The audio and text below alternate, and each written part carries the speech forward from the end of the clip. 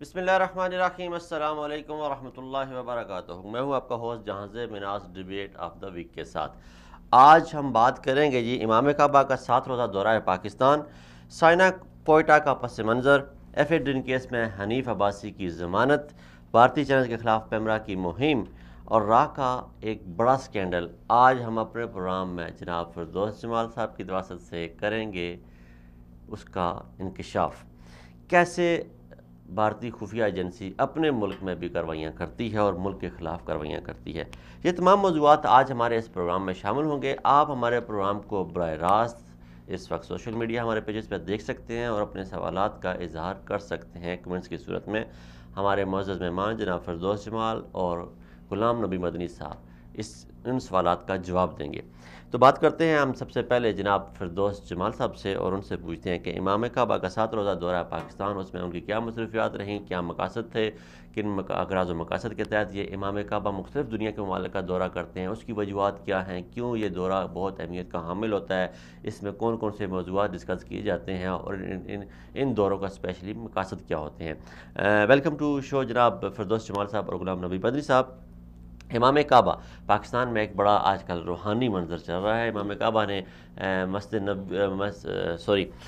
شاہ فیصل مسجد میں جمعے کا خطبہ دیا اور جمعے کی نماز بھی پڑھائی۔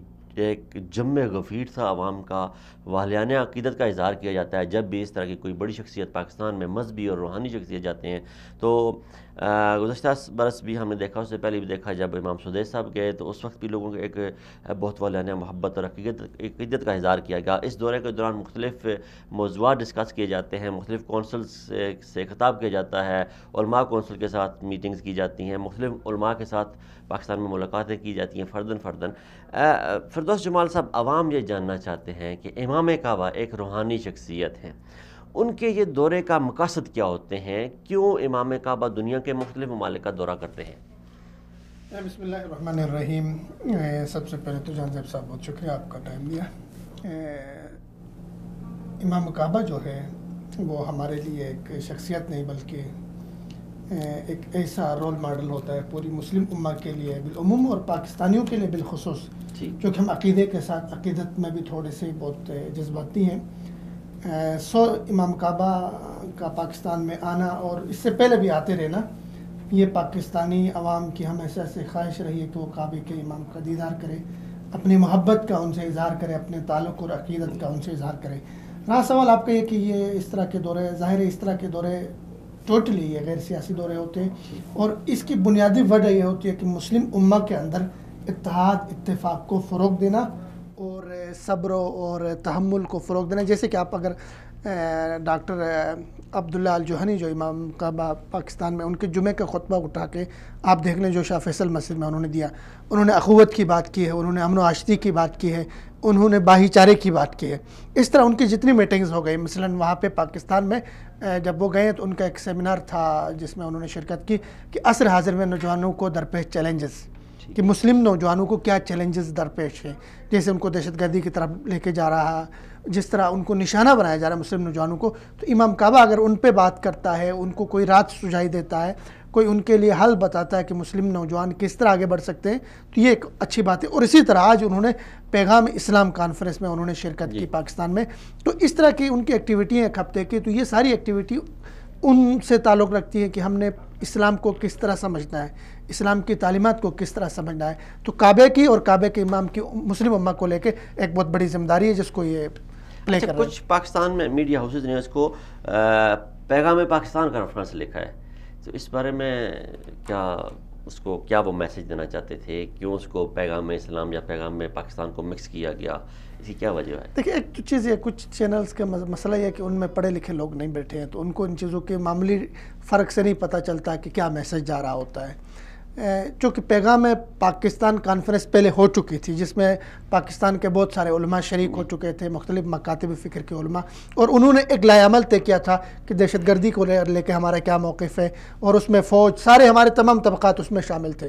تو اسی کو انہوں نے سمجھا جی شاید پیغام اسلام اور پیغام پاکستان ہے کہ میں بھی میسج وہی ہے دونوں کا، اس کا بھی وہی میسج ہے. یہ زائد چیز ہے کہ یہاں پہ امام کعبہ آیا ہے اور اس میں سارے طبقات نہیں ہیں، مثلا تمام مکاتب فکر نہیں ہے اس کانفرنس میں ایک ایک طبقے نے کیا، لیکن پیغام اچھا ہے، میسج اچھا ہے، تو کوئی بات نہیں ہے. اچھا غلام نبی مدنی صاحب، پاکستان میں ایک بہت بڑا جو لوگوں میں یہ سوال اٹھتا دیکھا ہے، ہم نے اکثر لوگ ہم سے پوچھا بھی ہے براہ راست، لوگ یہ سمجھتے ہیں پاکستان میں کہ حرم مسجد نبوی کے جو امام ہیں وہ شاید امام مظفر صاحب ہیں، اور مسجد حرم مکہ کے جو امام ہیں وہ شیخ سدیس صاحب ہیں.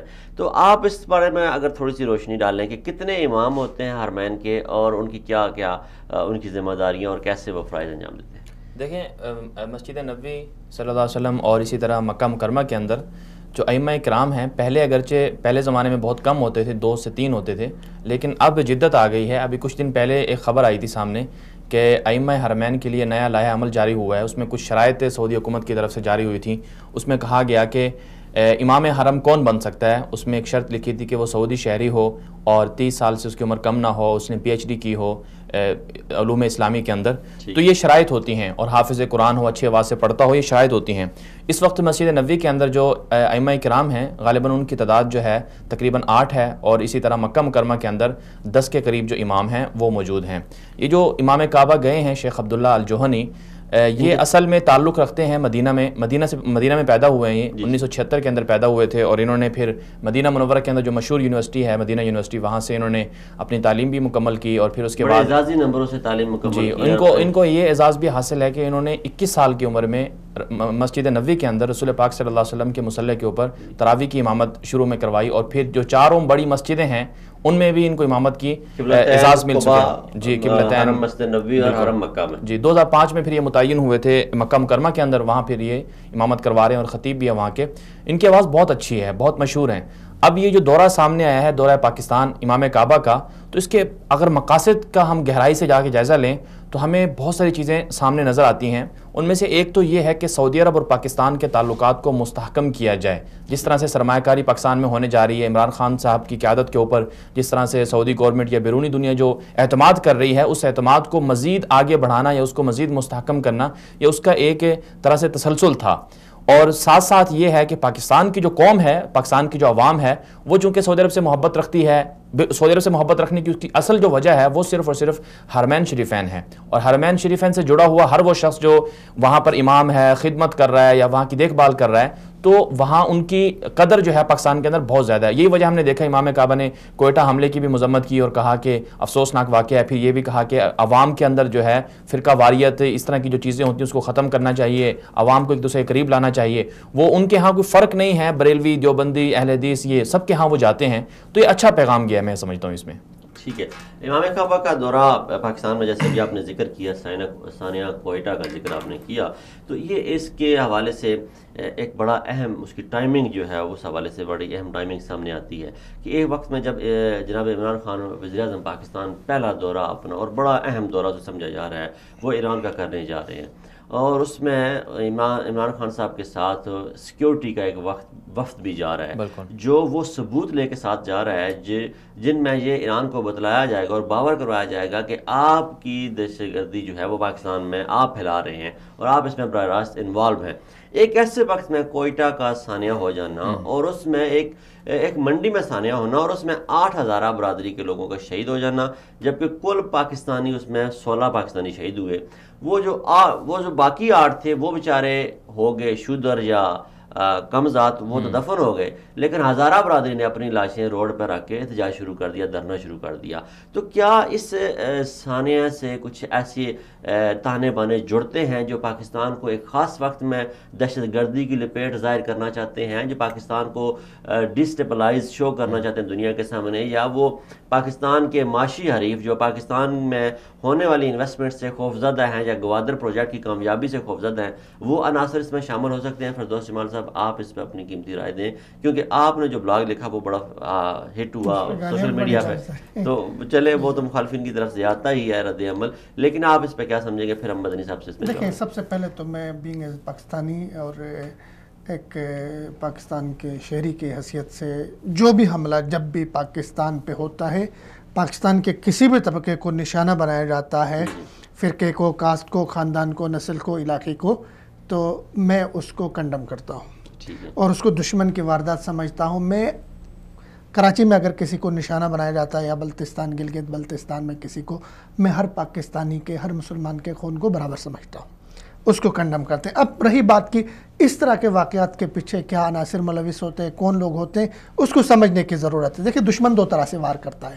ایک وار اس نے فرنٹ پہ آ کے کیا، آپ کے لوگوں کو مارا، اس کے بعد پھر آپ کی سوچ کو فکر کو وہ تقسیم کرتا ہے، آپ کو آپس میں لڑاتا ہے. جی یہ فلانے کا قتل تھا، فلانے نے کیا، آپ نے آپس میں کیا. یہ شیعہ کا قتل تھا، سنی نے کیا، سنی کا قتل تھا، شیعہ نے کیا. یہ لڑائی بھی دشمن، یہ پوری پلاننگ کے ساتھ لڑی جاتی ہے.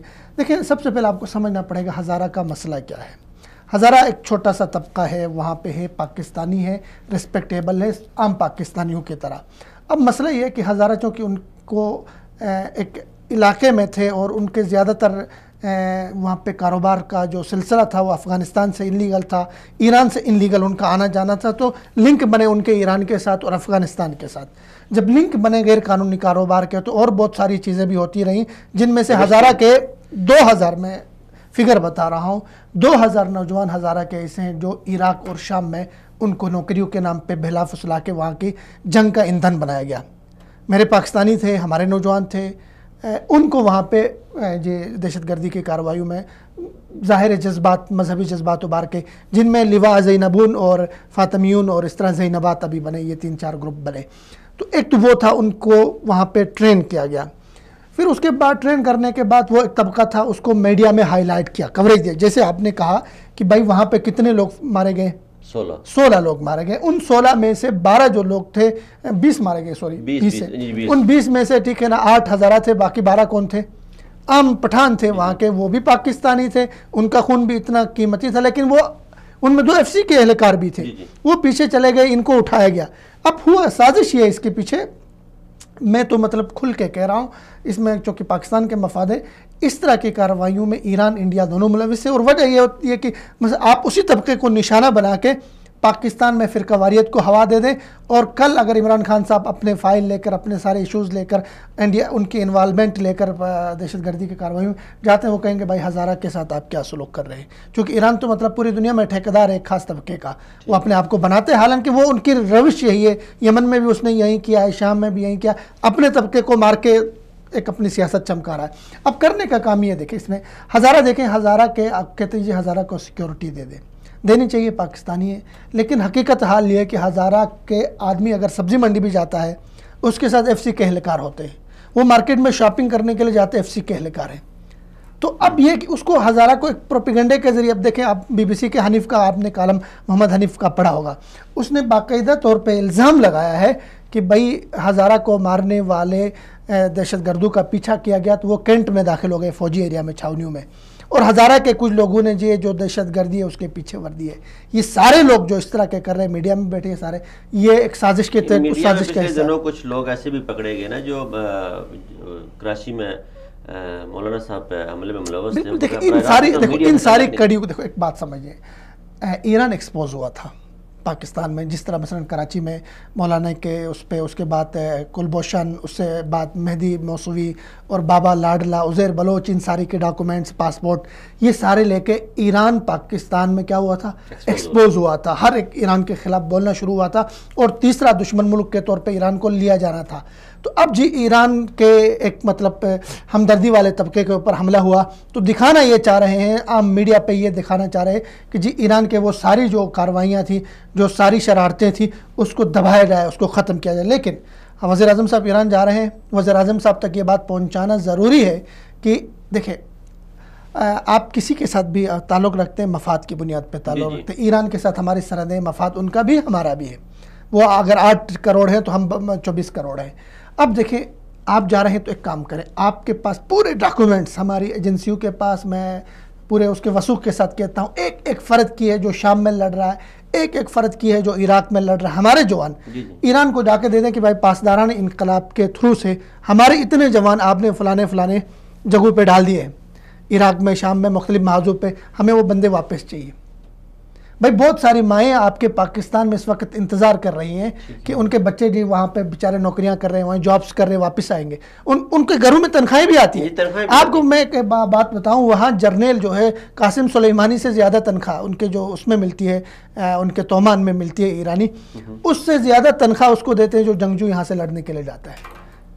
قاسم سلیمانی جو جنرل قاسم سلیمانی، اس کی تنخواہ سے زیادہ تنخواہ اس کو دیتے ہیں جو پاکستانی جنگجو یہاں سے لڑنے کے لیے شام بھیجتے ہیں، ان کے گھر کو بھیجتے ہیں جی تمہارا بچہ یہاں پہ نوکری کر رہا ہے. بہت ساری مجھے ایک جگہ کے، میں اس کو آگے میں بریک کروں گا کچھ دنوں تک، ایک علاقے کی اس ماں کا مجھے میسج آیا ہوا کسی ذریعے سے کہ اس کے بچے کو شام لے کے گیا ہے ہمارے علاقے کا، ٹھیک ہے، اور وہ اس ایجنٹ کا نام بھی آیا جو ایجنٹ لوگوں کو بیچتا ہے، بہت ساروں کو بھیجا ہے، وہ ابھی مفرور ہو کے ایران میں بیٹھا ہوا، اس کے بھی ایویڈنس میں اس کے سارے وہ کتنے عرصے سے لوگوں کو بھیج رہا ہے. بہت ساری مائیں ہیں، ہماری مائیں، ہمارے پاکستان کے بچے، وہ گمراہ ہو کے جو بچے گئے ان کو بلا فسلا کے لے کے بھیجا گیا ہے. بھائی وہ غلط تھے، وہ کل واپس آئیں گے، وہ ایک سوچ لے کر آئیں گے، وہ ایک تقریبی ذہن لے کر آئیں گے. یہ جو بھی ثانیہ کوئٹہ ہوا ہے، اس کا یہ پس منظر کہ یہ ایران کی جو پاکستان میں جو پچھلی کچھ عرصے سے جو وارداتوں میں ایکسپوز ہوا ہے اس کو چھپانے کی کوشش ہے. غلام نبی مدنی صاحب، میں تو یہ سمجھتا ہوں کہ یہ پاکستان کے گوادر کو ناکام کرنے کی ایک سازش ہے اور اس میں ایک مذہبی عنصر کو استعمال کیا جا رہا ہے. آپ کیا سمجھتے ہیں؟ دیکھیں، عمران خان صاحب کی جب سے حکومت آئی ہے نا، عمران خان صاحب جب پاکستان کے وزیر اعظم بنے ہیں، ایران کو عمران خان صاحب ہضم نہیں ہوئے. کیوں؟ اس کی ایک وجہ یہ تھی کہ عمران خان پاکستان کی بات کرتا ہے، اور عمران خان نے یہ کہا تھا کہ وہ اپنے جتنے بھی پڑوسی ممالک ہیں ان کے ساتھ مل کر چلے گا، اور عمران خان نے یہ بھی کہا تھا کہ مشرق وسطیٰ میں ہم اپنا کردار ادا کریں گے. تو ایران کو جب عمران خان صاحب جیتے تو ایران کو یہ باتیں ہضم نہیں ہوئیں. پھر جب عمران خان صاحب نے سعودی عرب کا پہلا دورہ، اپنا سب سے پہلا بیرونی دورہ سعودی عرب کا کیا، اس وقت بھی ایران نے پروپیگنڈا کیا.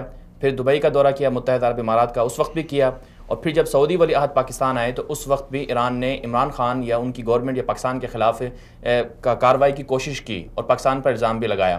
یہ وجہ ہے کہ 27 فروری کو جب حملہ ہوا تو اس وقت الزام جو سامنے آئے کہ اسرائیل کے ساتھ اور انڈیا کے ساتھ مل کر حملہ کرنے والا تیسرا ملک ایران تھا. اور پھر ایران کی اگر ہم پاکستان کے اندر وارداتیں دیکھیں، کارروائیاں دیکھیں تو بہت زیادہ ہمیں نظر آتی ہیں. 79 کے بعد جب خمینی انقلاب آیا تو اس وقت ہم نے دیکھا کہ 80s کی جو دہائی تھی اس کے اندر پورے بلوچستان کو جام کر دیا گیا. 1 لاکھ کے قریب انہوں نے دعویٰ کیا کہ 1 لاکھ جو ہمارے بندے ہیں وہ آپ کے پاکستان میں حملہ کر سکتے ہیں. وہاں سے خمینی جو ایک پورا کا پورا ان کا جو مواد تھا وہ پاکستان کے اندر آتا رہا.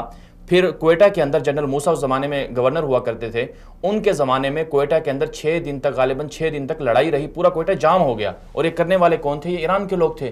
اور جنرل موسیٰ خود بھی مسلکی اعتبار سے ان کے بندے تھے، وہ اگرچہ گورنر تھے وہاں پر. تو کوئٹہ کے اندر، بلوچستان کے اندر آج بھی جو ہزارہ برادری ہے، ان کا جو ایریا ہے، جس طرح یہودیوں کی بستیاں ہوتی ہیں کہ وہاں پر کوئی بندہ نہیں جا سکتا، اسی طرح جو ہزارہ برادری ہے وہاں پر فوج تک کو جانے نہیں دیا جاتا. ان کے اپنے بندے ہیں، نو گو ایریاز ہے وہ. تو وہاں پر اسلحے کی بہت زیادہ چیزیں ہیں، وہاں سے لوگ پتہ نہیں کیا کچھ کرتے ہیں.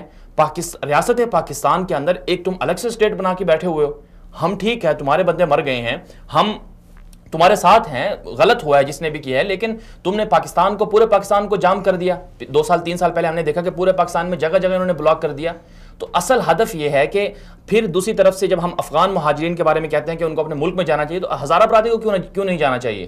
ہزارہ برادری کے لوگ جب استعمال ہوتے ہیں پاکستان کی مخالفت میں، پاکستان کے خلاف، تو پھر کیوں ان کے ساتھ اس طرح کا ان کو ریلیف دیا جائے، ان کو کیوں چھوڑا جائے؟ فوج کے خلاف کھلے عام انہوں نے ہزارہ نے نعرے لگائے. بالکل لگائیں، بالکل ٹھیک ہے نا، اس کی بھرپور مذمت کرنا چاہیے. ہمارے فوجی روزانہ مطلب یا تو وزیرستان میں مرتے ہیں جی، یا شہید کیے جاتے ہیں بلوچستان میں. وہ ہمارے بیٹے نہیں، وہ ہمارے قوم کے نہیں. آپ اس دہشت گردی کی اس جنگ کو جو ہماری فوجوں نے اتنی قربانی دے کے لڑے، اور ہزارہ بھائی آپ ٹھیک ہے، آپ خود استعمال ہو رہے ہیں دوسروں کے ہاتھوں میں، اور آپ اٹھ کے جو ہے نا وہی منظور پشتین کا آپ نعرہ لگا رہے ہیں فوج کے خلاف. اس کی سختی سے اس کی، اور ساتھ میں تو کہہ رہا ہوں BBC کو پاکستان میں بین. اور دوسرا جو ہے نا، میں جیسے بتا رہا تھا کہ ایران کی جو حملے وارداتیں 1988 کے دوران جب یہ ہوا جنرل موسیٰ کا، پھر بعد میں ہم نے جو ادوار آئے اس میں دیکھ لیا. بھی جو ریسنٹلی جو کلبوشن کا کیس، اس نے خود کہا کہ میں ایرانی چاہ بہار کے اندر تھا. اور اس وقت بھی زاہدان جو پاکستان کے بارڈر بلوچستان کے ساتھ ہے، وہاں پر انڈیا کے قونصل خانے کا کام کیا ہے؟ وہاں پر انڈیا کے قونصل خانے ہیں، وہاں پر را کا پورا سیٹ اپ وہاں پر موجود ہے. اور آج بھی جو باقیات ہیں وہ پاکستان کے خلاف کارروائیاں کر رہی ہیں. تو عمران خان صاحب کا دورہ یہ بہت پہلے سے منصوبہ تھا ان کا جانے کا. جب سے مفتی تقی عثمانی کا حملہ تو ابھی ریسنٹلی ہوا، جب ولی عہد کا دورہ ہوا تھا اس وقت سے عمران خان صاحب کوشش کر رہے تھے کہ ایران جائیں، ان کے پاس پورے ثبوت تھے. تو یہ حملہ کروا کے ایسے موقع پر عمران خان کے دورے کو سبوتاز کیا گیا. ہدف یہ تھا کہ عمران خان جو ثبوت لے کر جائیں تو ایران والے یہ کہیں کہ بھائی آپ تو ہمارے بندوں کو مارتے ہو، یعنی کہ خود حملہ کروا کے عمران خان صاحب کے دورے کو سبوتاژ اس طرح سے کیا گیا کہ وہ خود اپنے آپ کو مظلوم ثابت کریں، ظالم نہ بنیں. تو یہ ان کی ساری کی ساری سازشیں ہیں. اگر حکومت پاکستان اس بات پہ ڈٹ جائے کہ آپ پاکستان کے اندر آپ کی انوالومنٹ جو ہے وہ ہماری معصوم لوگوں کے خلاف ہے، اور پاکستان کے اندر اگر ہزارہ برادری کا کچھ افراد کو نقصان پہنچا ہے تو وہ تو پاکستانی ہے، وہ پاکستان کا داخلی معاملہ ہے. داخلی معاملے میں کوئی بھی آزاد اور خود مختار ملک کے داخلی معاملے میں دوسرے ملک کی مداخلت برداشت نہیں کی جاتی. اس طرح جیسے پاکستان کل اٹھ کے شروع ہو جائے کہ جو انڈیا میں مسلمانوں کے اوپر ظلم ہو رہا ہے، پاکستان اس پہ کھڑا ہو سکتا ہے کہ ہم مسلمان ہیں، سعودی عربیہ کھڑا ہو سکتا ہے، کوئی بھی ایون خود ان کے ایران بلوچستان کے اندر جو سنیوں پہ دوسرا کوئی مسلم ممالک جو ہے وہ کھڑا ہو سکتا ہے کہ یہ آپ جو ہے ظلم زیادتی کر رہے ہیں. تو اس طرح تو یہ بات دور تک نکل جائے گی. لیکن حکومت وقت کو اس وقت چاہیے کہ جناب عمران خان صاحب ایک بڑے اہم دورے پہ ایران جا رہے ہیں، اور آج تک وہ کسی نے وہ باتیں نہیں کی جو ہم متوقع کر رہے ہیں جناب عمران خان صاحب سے، کہ ہم درخواست کریں گے کہ پاکستان کے اندر جو دہشت گردی کے بڑے بڑے نیٹ ورکس ہیں ان کا کلا کما کیا جائے، اور ان کے جو ثبوت ایران کے ساتھ ملتے ہیں وہ بتائے جائے. اور جو پاکستانی 2000 نوجوان اس وقت شام میں لڑ رہے ہیں وہ ایک خاص مسلک کے تحت لڑ رہے ہیں، خاص مفادات کے لیے لڑ رہے ہیں اور ایران کے مفادات کے لیے لڑ رہے ہیں. ان کا جو جتنا بھی ڈاٹا ہے وہ بھی ایران کو پرووائڈ کیا جائے، اور ان سے یہ کہا جائے کہ پاکستان کے اندر دہشت گردی جو آپ پھیلا رہے ہیں اس کی مذمت کی جائے، اور انہیں منع کیا جائے کہ آئندہ اگر ایسا کریں گے تو پاکستان بھرپور جوابی کارروائی کا حق رکھتا ہے.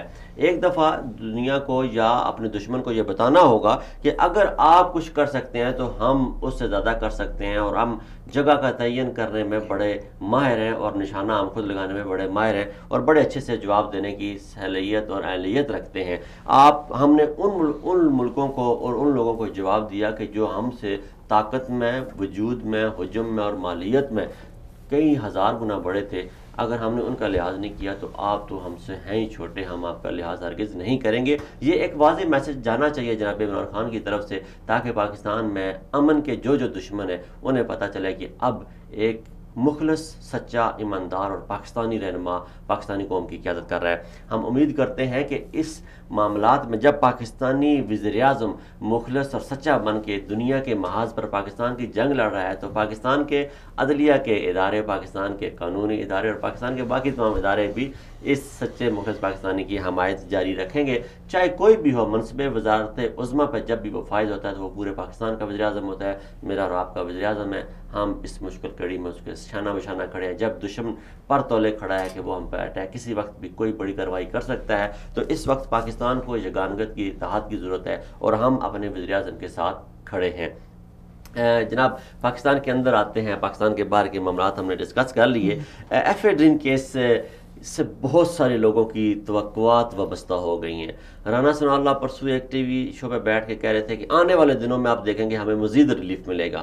یہ ایک تو وہ رانا ثناء اللہ نے وہ بات کیسے کی کہ آنے والے دنوں میں ہمیں مزید ریلیف ملے گا. دوسرا ہم نے دیکھا کہ شہباز شریف کا نام یکدم ای سی ایل سے نکلتا ہے، حمزہ شہباز کا نام ای سی ایل سے نکلتا ہے، نیب کو ان کے خلاف کارروائی کرنے سے روک دیا جاتا ہے، اور شہباز شریف کے دستے راس حنیف عباسی کو عمر قید کی سزا معاف کر کے ان کی ضمانت انہیں مل جاتی ہے. ان کے ساتھ دیگر 7 ملزمان کو ضمانت مل جاتی ہیں اور وہ رہا ہو جاتے ہیں. آئندہ آنے والے بلدیاتی الیکشن میں کیا محاذ تیار ہو رہا ہے؟ کیا ایک پاکستان میں یہ سوچ کھڑی ہو رہی ہے کہ جو لوگ، شاید میں تو اس بات کا قائل نہیں، لیکن وہ لوگ کہہ رہے ہیں کہ جو لوگ عمران خان کو لائے تھے اقتدار میں وہ عمران خان سے مایوس ہو چکے ہیں. کیا واقعی عمران خان سے ادارے مایوس ہو چکے ہیں؟ کیا عمران خان کے خلاف مسلم لیگ نون کو مضبوط کر، مسلم لیگ نون شہباز گروپ کو، مسلم لیگ بلکہ ہم کہہ رہے ہیں مسلم لیگ شین کو مضبوط کر کے کیا پنجاب میں کوئی نئی کھچڑی پکنے جا رہی ہے؟ کیا حکومت گرانے کی تیاریاں ہو رہی ہیں، یا پنجاب میں نیا سیٹ اپ لانے کی کوشش کی جا رہی ہے؟ دیکھیں، حکومت گرانے کی جہاں تک بات ہے، میرے خیال میں حکومت 5 سال کہیں نہیں جا رہی ہے. اگلے 2-3 مہینے یہ میرا دعویٰ ہے کہ میں پہلے پروگرام میں بھی کہہ چکا ہوں، حکومت بہت بہتر پرفارم کرے گی. ٹھیک ہے. اچھا، رہی بات حنیف عباسی صاحب کی، حنیف عباسی صاحب کے ساتھ جس طرح کا ریلیف ملا ہے، دعا ہے کہ ہر پاکستانی کو اس طرح کا انصاف ملے، کیونکہ چھوٹے چھوٹے سے مطلب منشیات کے کیسز میں، چرس کے، افیون کے، اس طرح کے پوڈری جو ہے نا 20-20 سال سے جیلوں میں ہے. ٹھیک ہے. اس کے اوپر تو 500 کلو کا پورے راولپنڈی کو اس نے جو ہے چرس سپلائی کی تھی. تو ظاہر ہے ان کو بھی ملنا چاہیے جو بیچارے ایک سوٹا لگانے کے جرم میں 20 سال کے کاٹ رہے ہیں. ٹھیک ہے, ایک تو یہ بات تھی. دوسری بات یہ کہ دیکھیں لاہور ہائی کورٹ نے ان کی سزا کو معطل کیا, اور لاہور ہائی کورٹ کے حوالے سے عدلیہ کے حوالے سے ظاہر ہے ایک شروع سے ایک دو پرسپشن عالیہ نیلم ٹھیک ہے ان کی سربراہی میں بینچ تھی, وہ سارا تھا, وہ محترمہ تھی. تو جو کچھ ہو رہا ہے لاہور ہائی کورٹ, تو ظاہر ہے اب دیکھیں اتنے سخت اور تلخ اور اتنے خطرناک جملے بولے جاتے ہیں, ظاہر ہے میڈیا پہ وہ نہیں بول سکتے, لیکن اس کی جو ہے لاہور ہائی کورٹ کے انصاف پہ سوال اٹھتا ہے. چونکہ آپ دیکھیں حمزہ صاحب کو جو آپ نے چھٹی والے دن ان کو ریلیف دے دیا, اس کے علاوہ ان کا کیس کو آپ نے بڑے اس کے دیکھیں ان کا کیس اگر آپ پیچھے جا کے اسٹڈی کریں, حنیف عباسی صاحب کا کیس 6 سال سے چلتا رہا. انسداد منشیات کی عدالت نے ایک ایک گواہ کو جمع کر کے ایک ایک جگہ سے پروف اٹھا کے وہاں پہ بڑا محنت کر کے وہ کیس تیار کیا, اور ان کا دیکھو یہ خاص کیس تھا. انسداد دہشت گردی اس کے منشیات کی عدالت نے اس کو سزا بھی سنائی, اور اس کے بعد لاہور ہائی کورٹ کے ایک محترمہ جو ہے جو ویسے ہی ان کا عورت کے حوالے سے مشہور ہے کہ آدھے عقل کی ہوتی ہے, اس نے فارغ کر دیا اس کو. تو ویسے وہ عدالت کر رہی ہیں نون لیگ کے لیے کام کرے. نہیں ویسے ہی ہمارے شرعی مسئلہ بھی یہی عقل کا آمادی کرتی ہے. تو مسئلہ یہ نہیں ہے, مسئلہ یہ ہے اپنا جہانزیب صاحب آپ کس طرح کا انصاف کر رہے ہیں. آپ سارے چوروں ڈاکوؤں کو لٹیروں کو اور پاکستان کو دیکھو, منشیات اس وقت پوری دنیا کا سب سے بڑا مسئلہ ہے, سب سے بڑا ایشو ہے. منشیات پہ تو لوگوں کی گردنیں اڑائی جاتی ہے. آپ چائنا کو دیکھ لیں, آپ سعودی عربیہ کو دیکھ لیں, ایون امریکہ کو دیکھ لیں, ایران کو ہمارے ہمسائے میں دیکھ لیں, منشیات کو تو سر عام لٹکائے جاتے ہیں. اور اس آدمی نے لاہور کے میں جو کہ اچھی طرح سے جانتا ہوں 500 کلو گرام جو ہے وہ آپ کو پاکستان یہ گارنٹی کے ساتھ آپ جائیں سرچ کریں, آپ اس کو سروے کریں, پاکستان میں سب سے زیادہ نشائی پاؤڈری چرسی کہاں ملیں گے؟ آپ کو راولپنڈی میں ملیں گے. پورا لئی کا وہ ایریا آگے سے لے کے نیچے تک سارے نشائی چرسی بیٹھے ہوئے, چونکہ یہ آدمی وہاں پہ سپلائی کر رہا تھا. آج سے نہیں کر رہا تھا, بہت عرصے سے, آپ زیادہ اچھی طرح سے جانتے ہیں, بہت عرصے سے کر رہا تھا. تو یہ المیہ ہے ہمارے ملک کا. اچھا, میں یہ سمجھتا ہوں کہ عدالتوں نے اس بات کو پوچھنے کے بجائے کہ آپ یکدم ایک غریب فارماسیوٹیکل کمپنی کے ساتھ آپ سیلز مین کے طور پر جاب کرتے اتنے بڑے آدمی کیسے بن گئے, یہ پوچھنے کے بجائے انہیں بری کر دیا. پاکستان میں کیا مدنی صاحب انصاف خریدا جاتا ہے؟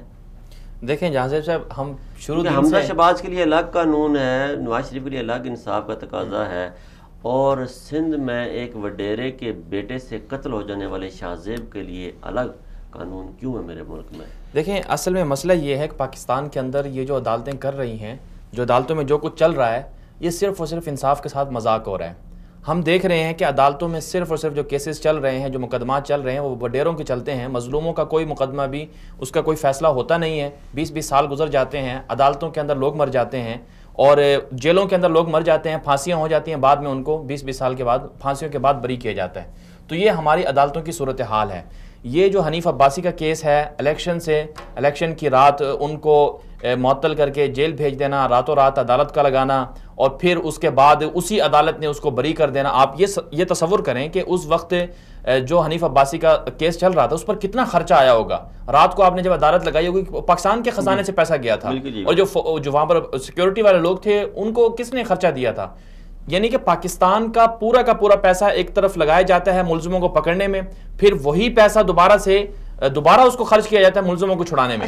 تو یہ ساری صورتحال سسٹم پورا خراب ہے. ایک بات سمجھ نہیں آ رہی کہ ایک جگہ سے اسلام آباد کورٹ سزا دیتا ہے یا راولپنڈی بینچ سزا دیتا ہے, لاہور کورٹ اس کو بری کر دیتا ہے, لاہور کورٹ سزا دیتا ہے, اسلام آباد کورٹ اس کو بری کر دیتا ہے, نیب سے سزا ہوتی ہے اسلام آباد سے یا لاہور سے اس کی ضمانت ہو جاتی ہے, یا پشاور ہائی کورٹ میں اپیل کر دی جاتی ہے, یا کوئٹہ ہائی کورٹ میں اپیل یہ کیا انصاف کا دوہرا معیار کیوں ہے؟ یہ مجھے اس بات کی آج تک سمجھ نہیں ہے کہ پاکستان عدلیہ کا ایک نظام نہیں ہے, یا عدلیہ کے ایک نظام کے اندر مختلف نظام چلتے ہیں. جب ایک عدالت معزز عدالت نے اس کو سزا دے دی تو اس سے بڑی عدالت میں تو اس کی چیلنج کیا جا سکتا ہے, لیکن اس کی مساوی عدالت میں اسی کیس کو چیلنج کر کے کیسے ضمانت لی جا سکتی ہے؟ دیکھیں پورا پاکستان کا جو سسٹم ہے عدالتی, یہ وہ انگریز کا بنایا ہوا ہے, برطانیہ کا بنایا ہوا ہے. ہم نے آج تک اس میں کوئی رد و بدل نہیں کیا.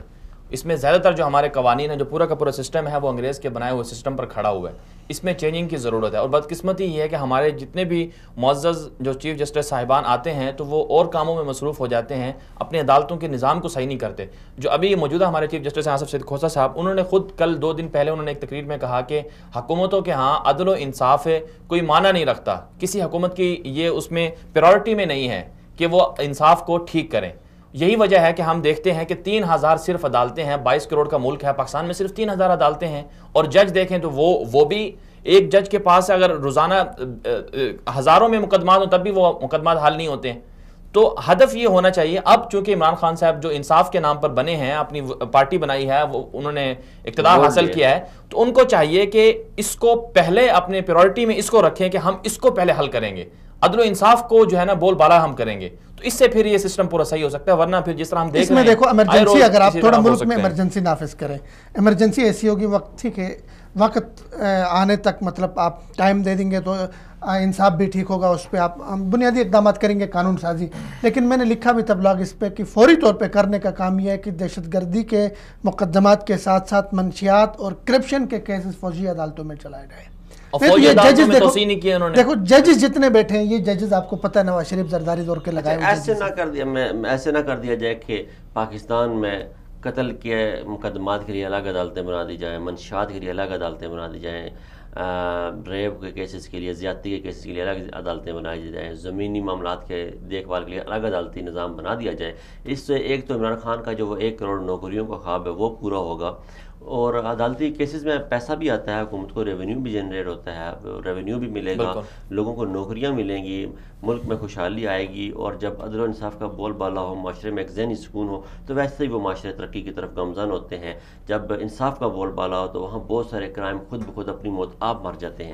تو ایسے کرنے سے زیادہ بہتر ہے کہ ہم فوجی عدالتوں کو، فوج کو اس طرف انوالو کرنے سے بہتر ہے کہ ہم مختلف معاملات کے لیے مختلف عدالتوں کا قیام عمل میں لے آئیں، اور اس سے ایک تو بے شمار نوکریاں پیدا ہوں گی، اور بے شمار لوگوں کو کاروبار ملے گا، روزگار ملے گا، اور پاکستان میں اور تحریک انصاف کا جو منشور ہے انصاف والا، اس میں بھی انہیں کافی معاونت ملے گی، اور وہ اپنے مقصد میں کامیاب ہوں گے. اس میں ایک چیز دیکھیں، جمہوریت کے نقصانات میں سے ایک نقصان یہ بھی ہے کہ آپ کے ملک میں ہر فرد جمہوریت آلودہ ہوتا ہے، سیاست آلودہ ہوتا ہے. آپ کے مثلا ایک ادارے کے اندر 10 لوگ ہیں تو ان 10 لوگوں کی، وہ سرکاری ملازم ہوں گے لیکن 10 کی وابستگیاں 10 تنظیموں کے ساتھ، 10 جماعتوں کے ساتھ ہوگا.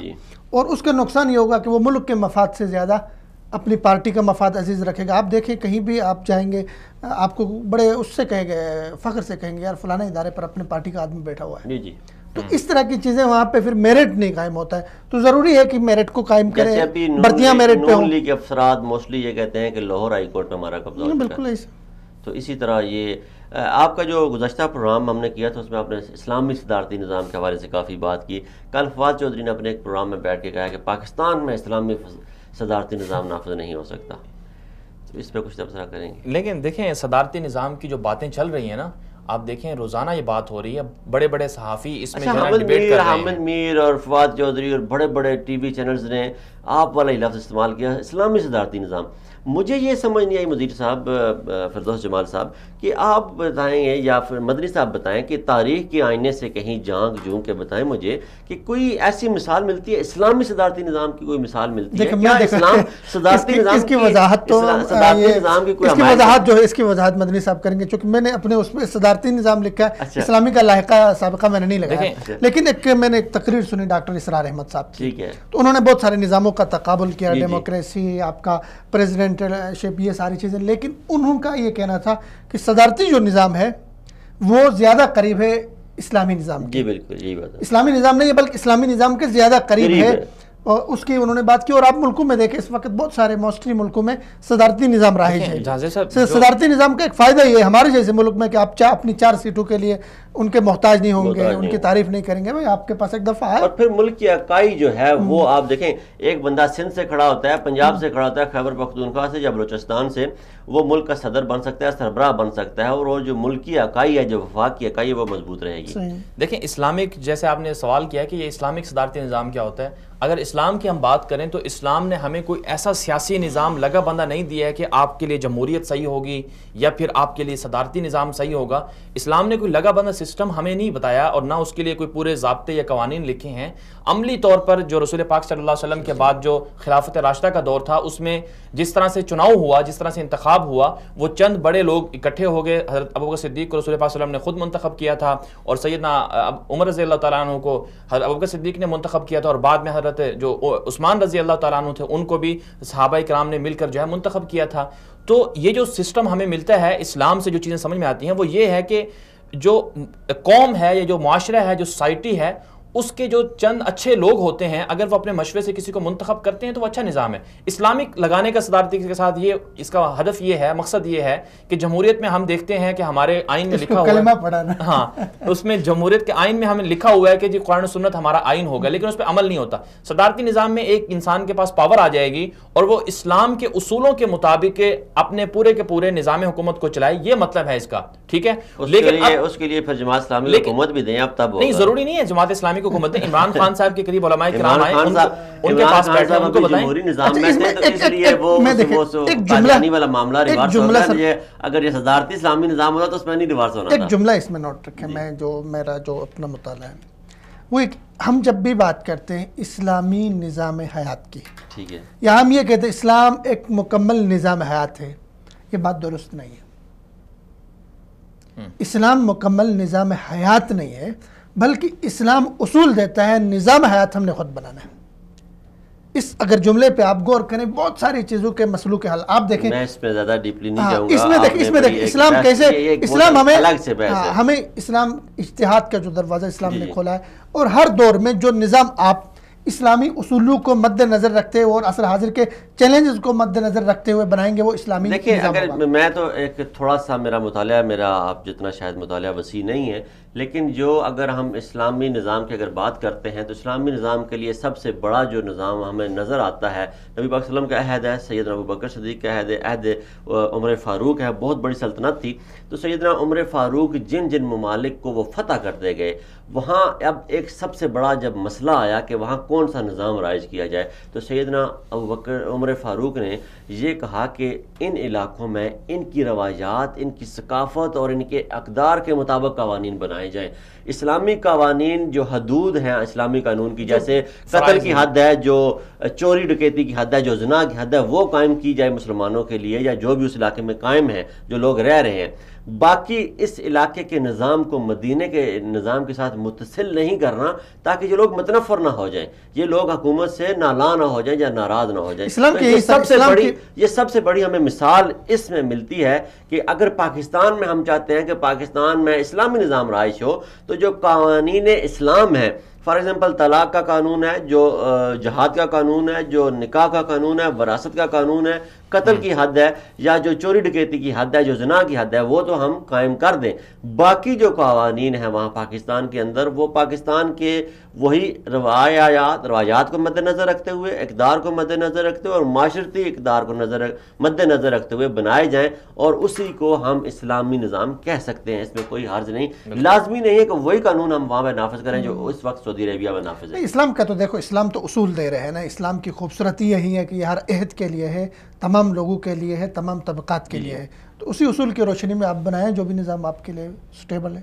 چلیں آگے ہم چلتے ہیں جی کہ فردوس جمال صاحب، پاکستان میں اس وقت انڈیا میں پاکستان کے خلاف ایک بہت بڑی نفرت پائی جاتی ہے، بہت شدید نفرت پائی جاتی ہے۔ پاکستانی اداکاروں کو وہاں سے نکال دیا گیا، ان نے یہ کہا گیا کہ جو پروڈیوسروں نے اپنی فلم میں کام دے گا، ہم اس کے پروڈکشن اس کو تباہ کر دیں گے۔ جبکہ پاکستان میں ایک بحث چلی ہوئی ہے کہ آیا ان چینلز کو بند کیا جائے یا نہ کیا جائے۔ حکومتی سطح پہ بند کر دیا جاتا ہے، جو پرائیویٹ کیبل آپریٹر ہیں وہ اپنی ڈشز لگاتے ہیں، DTH لگاتے ہیں، جسے ڈائریکٹ ٹو ہوم وہ ٹیلی ویژن سسٹم کہتے ہیں، DTH لگاتے ہیں، اور اس کے تحت وہ اپنے پاکستان میں ڈرامے دکھانا شروع کرتے ہیں۔ کیا پاکستانی عوام میں اتنی غیرت اور اہمیت نہیں ہے کہ وہ ذاتی طور پہ بائیکاٹ کر دیں انڈین چینل کا، یا وہ کہیں کہ ہم نے دیکھنی نہیں ہے، اپنے کیبل آپریٹر سے منع کر دیں کہ اگر تم نے ہمیں یہاں پہ انڈین چینل دیے تو ہم اس کا انکار کر دیں گے؟ پاکستان کے جو چیئرمین ہیں پیمرا کے اسلم بیگ صاحب، انہوں نے بھی ابھی کہا کہ دسمبر تک ہمارا اپنا DTH سسٹم آ جائے گا، اور تقریباً پاکستان میں 12,000 آلات جو ہیں وہ ضبط کر لیے گئے ہیں اس کے کیبل آپریٹرز کے، جو غیر قانونی طور پہ انڈین چینل دکھا رہے تھے۔ لیکن پھر بھی پاکستان میں کچھ حصوں میں لوگوں نے خود اپنے گھروں میں ڈش اینٹینا لگا کے انڈین چینل دیکھے جاتے ہیں۔ اس کی کیا وجہ ہے؟ پاکستانی قوم کے اندر غیرت اور اہمیت نہیں رہی، جبکہ ہم بڑے بڑھ چڑھ کر باہر نکلتے ہیں، جب انڈین جہاز گرائے جاتے ہیں تو ہم بڑا جشن مناتے ہیں، لیکن پھر گھر میں جا کے ہم انڈین چینل دیکھتے ہیں۔ دیکھیں، اس میں سب سے پہلی بات تو یہ کہ پیمرا نے جو اقدام کیا ہے بہت قابل تحسین ہے، قابل اس کے مدح ہے، داد ہے، چونکہ انہوں نے ابھی کراچی میں ریسنٹلی انہوں نے 15,000 ایسے آلات کو نظر آتش کیا۔ اور ایک انہوں نے آگاہی مہم، شعور کی مہم بھی شروع کی ہے عوامی سطح پر، جو لاہور سے شروع ہو گئی اور کراچی تک پہنچی ہوئی ہے. لیکن آپ کو ایک چیز کرنا پڑے گا، وہ یہ کہ آپ اگر انڈین نشریات کا، خاص کر ان کے ڈراموں کا، ان کی فلموں کا اگر عوام سے بائیکاٹ کروانا چاہ رہے ہیں تو آپ کو عوام کو متبادل دینا ہوگا. ظاہر ہے عوام میں بہت لوگ فارغ بیٹھے ہوئے، گھروں میں فیملیز فارغ بیٹھی ہوئی، ان کو جب تک آپ متبادل نہیں دیں گے تب تک آپ ان کے ڈراموں کو بائیکاٹ کریں گے. 10 اور راستے نکلیں گے اس کے استعمال کے. صرف غیرت کے نام پہ آپ لوگوں کو یا ملک کی محبت کے نام پہ یہ چیزیں نہیں روک سکتے. پاکستان انڈسٹری، ڈرامہ انڈسٹری بہت اچھی چل رہی ہے اور بہت اچھے ڈرامے پاکستان میں بنے. ایون کہ آپ دیکھیں سعودیہ میں ابھی پاکستانی ڈرامے جو ہے وہ ترجمہ ہو کے آنے شروع ہو گئے اور ان کے ساتھ ایگریمنٹ بھی ہو گیا. تو آپ کو ایک تو ڈرامے کو، پاکستانی ڈرامے بہت اچھے ڈرامے، اور ان میں معنویت لائے، ان میں فضول چیزیں نہیں دکھائیں، ان میں معاشرے کی خوبصورتی دکھائیں، ان میں صرف طلاق اور اس طرح کے مسائل نہ دیکھیں. دیکھیں انڈین کلچر ہمارے ملک میں آتا ہے تو اس سے کیا ہوتا ہے، ایک تو ان کے دنیا کا سب سے سوری ٹو سے کہ دنیا کا سب سے مطلب الجھا ہوا، دنیا کا سب سے بوسیدہ اور سب سے مطلب گندا کلچر اگر لفظ ہم استعمال کریں تو وہ انڈین کلچر ہے. دیوی دیوتائیں، سانپ بچھو، یہ سارے دنیا کے ساری چیزیں ان کے ہاں معبود ہیں، اور وہ سارے کلچر ہمارے بچوں کے ذہنوں میں غیر شروع کر اس کی عبادت شروع کر دیا، ہاتھی آ گیا، اس کی شروع، شرمگاہ کی عبادت کی جا رہی، یہ ساری چیزیں دکھائی جا رہی، اور یہ کلچر ہمارے بچوں میں آ رہا ہے، ان کی معصوم ذہنیں اس سے متاثر ہو رہی. تو بہت اچھا اقدام ہے، لیکن اس کے ساتھ ساتھ ہمیں دوسرے کام بھی کرنے ہوں گے جن کی وجہ سے ہم عملی طور پہ ان سے دور رہیں. غلام نبی مجید صاحب، آپ اس پہ کیا کہتے ہیں کہ ہمارے یہاں بچوں میں جو چھوٹے بچے ہیں ہمارے، اسپیشلی ان کو دیکھا گیا کہ وہ خوشی کے لفظ کو خوشی کہنا شروع ہو گئے، اور اس طرح کے بہت سارے جو الفاظ ہیں، خوبصورت کو خوبصورت کہتے ہیں. تو یہ انڈین کلچر رچ بس جا رہا ہے پاکستانی معاشرے میں، جبکہ انڈیا میں اس کی نسبت انڈیا میں بسنے والے ہندو جو ہیں، مسلمان جو ہیں، مسلمانوں کی اکثریت 24 کروڑ مسلمانوں کو مجبور کر دیا گیا کہ وہ گائے کا گوشت کھانا جو ہے انڈیا میں بسنے والا مسلمان اس کو گناہ سمجھتا ہے. اصل میں وجہ یہ ہے زبردستی وہاں مسلمانوں کو داڑیاں کاٹی جا رہی ہیں، انہیں گائے کا وہ پیشاب پلایا جا رہا ہے، اور پاکستان میں ہم اتنا نہیں کر سکتے کہ ان کی چینلز کا بائیکاٹ کر دیں. دیکھیں وہی بات ہے کہ متبادل جب تک آپ کے پاس نہیں ہوگا تو آپ کے ہاں یہ چیزیں ہوتی رہیں گی. ہم نے آج تک انگلش کا متبادل، انگریزی کا متبادل نظام اپنے ملک میں نافذ نہیں کیا. ہم کہتے ہیں کہ ہماری قومی زبان اردو ہے، لیکن اس کے باوجود بھی ہمارے عدالتیں فیصلے انگلش میں لکھتی ہیں. انڈین چینل کا متبادل تو ہمارے پاس بے شمار ہے. ہمارے پاس اس وقت جو 80 سے زیادہ انٹرٹینمنٹ چینل ہیں اور بڑے اچھے ڈرامے دکھا رہے ہیں. وہ دیکھیں قوم کو آپ خود، جو بچہ ہوتا ہے گھر میں، اس کو آپ جو چیزیں دکھائیں گے، جن چیزوں سے اسے مانوس کروائیں گے، وہ انہی کا مانوس ہوگا. جب آپ کے ملک میں آپ کے اوپر جو لوگ بیٹھے ہوئے ہیں، جب اپنی قوم کو کچھ ایسی چیزیں نہیں دیں گے کہ ان کو بتائیں کہ تمہارے اصل ہیرو کون ہیں، تمہارے لیے اصل چیزیں کیا ہیں، جب ان کو ایسی چیزیں پیش نہیں کریں گے تو پھر وہ دوسری چیزوں سے مانوس ہوں گے. لیکن انڈیا میں نفرت کا اظہار اس حد تک بڑھ چکا ہے کہ جو جن شہروں کا نام اسلام کے نام پہ تھا وہ ہٹایا جا رہے ہیں، جو اسلامی ہیروز کے نام تھے وہ ہٹائے جا رہے ہیں، وہاں ہندو دیوتوں کے نام دکھائے جا رہے ہیں. تو یہ نفرت ایک طرف اور دوسری طرف اتنا پیار محبت. اچھا فیصلہ ہے، اس اعتبار سے تو اچھا فیصلہ ہے کہ ہمیں انڈیا والوں کے ساتھ جو وہ کر رہے ہیں، جو وہاں پر زیادتی ہو رہی ہے مسلمانوں کے خلاف، ہمیں ہندوؤں کو بے نقاب کرنا چاہیے، ہندوؤں کو ایکسپوز کرنا چاہیے. اور یہ جو ہم پابندی لگا رہے ہیں، پیمرا نے جس طرح حالات ضبط کیے ہیں، یہ اس کا مستقل حل نہیں ہے. حل اس کا مستقل تب ہوگا جب ہمارے جو ڈرامے ہیں یہ خود مانوس ہیں، ان سے چیزیں لیتے ہیں، ان کو کاپی کرتے ہیں. تو اس لیے ہمیں متبادل پیش کرنا ہوگا. میں سمجھتا ہوں یہی بہترین حل ہے. متبادل کیا پیش کیا جائے؟ متبادل یہی پیش کیا جا سکتا ہے جو عوام کی ضرورت ہوتی ہے، عوام کو بہت ساری چیزوں سے مانوس کیا جائے. فار ایگزامپل، اب میں لگے جو پہ الفاظ میں بہت کی بات کرتے ہیں، سیدھی سی بات کرتے ہیں کہ پاکستانی عوام بے حیائی پسند کرتے ہیں، کیونکہ انڈین ڈراموں میں بے حیائی کا کلچر دکھایا جاتا ہے. تو آپ کیا سمجھتے ہیں کہ پاکستان جو ہے وہ پاکستانی ڈراموں میں بے حیائی آگے بہت زیادہ ہے، اور اس سے زیادہ اگر دکھائی جائے، انڈین چینلز کے برابر لا کر دکھائی گئی، تو کیا اس میں پھر علماء جو ہیں یا پاکستان میں بسنے والے جو لوگ ہیں وہ یہ نہیں کہیں گے کہ عمران خان نے بے حیائی کلچر میں تعارف کر دیا؟ سوال یہ پیدا ہوتا ہے کہ آپ کا ملک اسلام کے نام پر بنا، اور آپ نے یہ جملہ استعمال کیا کہ پاکستان کے لوگ بے حیائی پسند کرتے ہیں.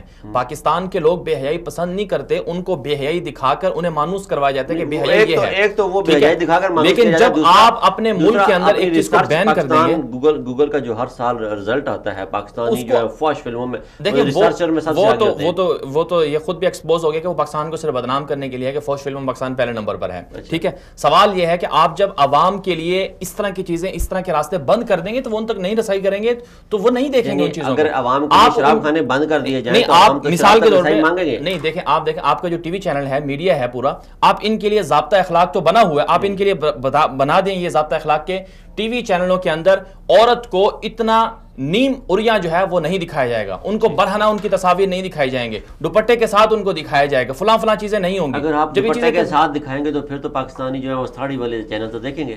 کیوں دیکھیں گے بھائی؟ آپ ان کا میں آپ کو مثال دیتا ہوں. چین کے اندر اس وقت فیس بک بین ہے، چین کے اندر اس وقت یوٹیوب بین ہے، چین کے اندر واٹس ایپ بین ہے. اسی طرح ایران کے اندر یوٹیوب نہیں چلتی ہے، واٹس ایپ نہیں چلتا ہے. تو کیا اس کا مطلب ہے کہ وہ لوگ استعمال کر رہے ہیں؟ آپ ان چیزوں کو جب وہ کریں گے، ان کا متبادل، چین نے واٹس ایپ کا متبادل بنایا ہوا ہے، ان کے کنٹرول میں ہے، تو آپ یہ چیزیں کر سکتے ہیں اپنے ملک کے اندر. تو یہ چیزیں ہوں گی تو اس کا مطلب ہے عوام خود بخود ان سے دور ہو جائے گی جب ان کی رسائی نہیں ہوگی. جہاں پہلے 2 کروڑ بندہ دیکھتا ہے انڈین چینل، جب آپ ان پہ پابندی لگا دیں گے تو اس کا مطلب ہے کہ صرف وہی جائیں گے. 2 کروڑ میں سے 50 لاکھ ہو جائیں گے، پھر ان ذرائع کو بھی بند کریں گے تو پھر 2 لاکھ ہو جائیں گے، 4 لاکھ. اس طرح آہستہ آہستہ تدریجاً ہر چیز کم ہو سکتی ہے. ٹھیک ہے جی. پاکستانی گورنمنٹ اگر چاہے تو مدنی صاحب کہتے ہیں کہ انڈین چینل کو دیکھنا بند کیا جا سکتا ہے اور عوام کو اس کا متبادل اور بہتر متبادل پیش کیا جائے. اب متبادل کی میں نے بہت کوشش کی مدنی صاحب سے پوچھوں کہ وہ متبادل کیا ہے، لیکن وہ شاید بتانے میں تھوڑا سا. اچھا فردوس جمال صاحب، راہ کی بات کرتے ہیں. راہ پاکستان میں پتہ ہے کہ پاکستان میں، بنگلہ دیش میں، ایران میں، افغانستان میں کارروائیاں کر رہی ہے، لوگوں کو جو عام انسانوں کے جو زندگی ہے اسے متاثر کر رہی ہے، دہشت گردی کروا رہی ہے، جرم کی ایک بہت بڑی داستان ہے جو راہ سے منسلک ہے. تو وہی راہ جو ہے جی وہ اب اپنے ملک میں بھی جرائم کرنا شروع ہو گیا. 10 کھرب کی جعلی کرنسی جو ہے وہ اپنے ملک میں بیرون ملک سے چھاپ کے لے آئے، اور اس میں کپل سپل جو ہے وہ جو کانگریس کے ہیں انہوں نے الزام لگایا، ایک پریس کانفرنس کی، اور اس میں انہوں نے کہا جی کہ اس میں مودی سرکار شامل ہے، بی جے پی کے جو صدر ہیں امید شاہ جو ہیں وہ شامل ہیں، اور براہ راست شامل ہیں، اور مزید 26 لوگوں کے انہوں نے نام لیے کہ وہ بھی شامل ہیں. تو اس میں انہوں نے کہا جی کہ راہ جو ہے وہ براہ راست شامل ہے. تو کیا کہیں گے آپ اس کی؟ آپ نے اس پہ ریسرچ کیا، آپ نے اس کو بریک کیا اسٹوری کو. کہنا تو جو تھا آپ نے کہہ دیا. تو اس میں دیکھیں سب سے پہلے ذہن میں رکھیں عمران خان صاحب نے مودی کے حق میں ایک بیان دیا. جی تو وہ بیان میرا لے کے وہ بیان تھا، وہی ڈپلومیٹک پالیسی تھی جو روس نے، ایک گیم تھی، انہوں نے ان کا ووٹ بینک کم کرنا تھا. لیکن میں ریئلی اس کے بعد سوچنے لگا ہوں کہ ہمیں پاکستان میں سب کو چاہیے کہ مودی کے ہندوستان میں دوبارہ آنے کی دعائیں کرنی چاہیے. جی کیونکہ مودی کے دوبارہ آنے سے ہندوستان کو جو نقصان ہوگا، مودی کے ہوتے ہوئے ہندوستان میں جو نقصان ہوگا، کوئی دوسرا آدمی ہندوستان میں مودی کا نقصان اتنا نہیں کر سکتا ہے. آپ کو اگر ہندوستان کے اندر کہیں پاکستان بنانے ہیں، آپ کو خالستان بنانا ہے، ناگالینڈ دیش بنانا ہے، تو آپ کو ایک کام کرنا ہوگا کہ ہندوستان کے ہندوؤں کو ہندو دیش بنا کے دے دیں، باقی دیش خود بخود بنیں گے. ٹھیک ہے، یہ کام مودی بڑے اچھے طریقے سے کر رہا ہے.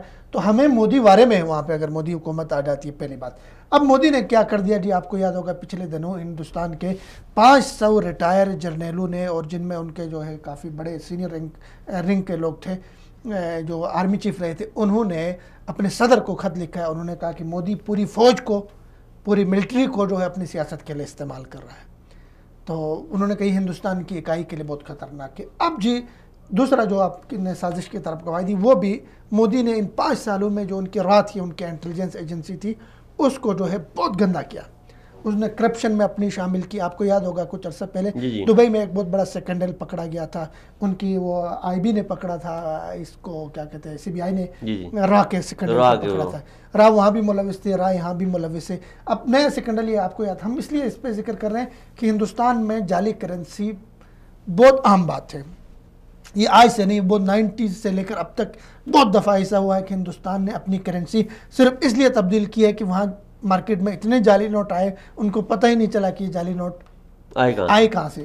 اب پہلے وہ الزام لگاتے تھے کہ یہ آتے جی نیپال سے، ٹھیک ہے، اچھا اس کے بعد بنگلہ دیش سے آتے، ان ملکوں سے آتے. آپ ان کے چینلز کی رپورٹ اٹھا کے دیکھیں، الزام کس پہ دیا جاتا تھا؟ ISI پہ، کہ ISI بوریوں کے حساب سے جی نوٹ چھاپتی ہے اور ہمارے مارکیٹ میں لا کے پھینک دیتی ہے، تو ہماری کرنسی اس طرح بہت مسئلہ بن جاتا ہے.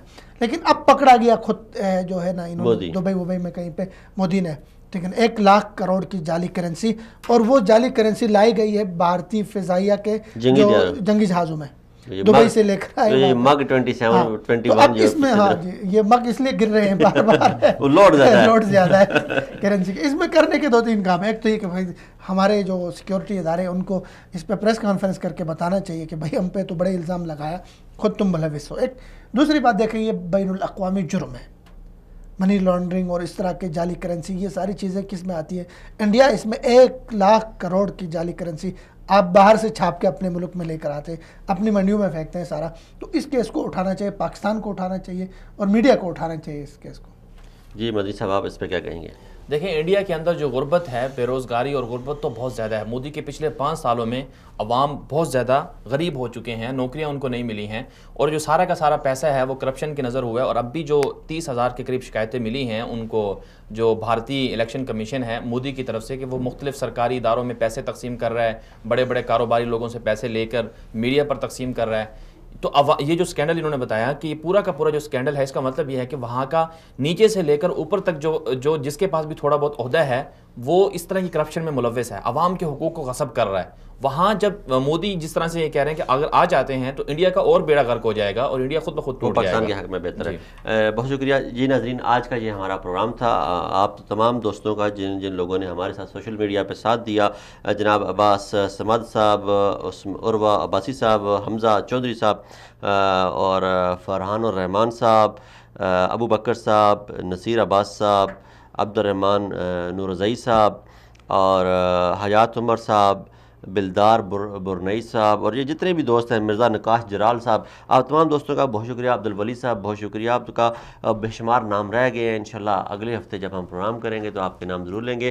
آج کے ہم نے پروگرام میں بات کی امام کعبہ کا دورہ پاکستان، ثانیہ کوئٹہ، ایفیڈرین کیس میں حنیف عباسی کی ضمانت، کیا حکومت کے خلاف کوئی کھچڑی پک رہی ہے، اس بارے میں بھارتی چنے کے خلاف پیمرا کی جو مہم ہے، کامیاب مہم ہے، اس پہ پیمرا کو ہم مبارکباد پیش کرتے ہیں. راہ کا بہت بڑا اسکینڈل جو ہے اس بارے میں بات کی کہ منی لانڈرنگ میں اور جعلی کرنسی میں وہ کیسے انوالو ہے.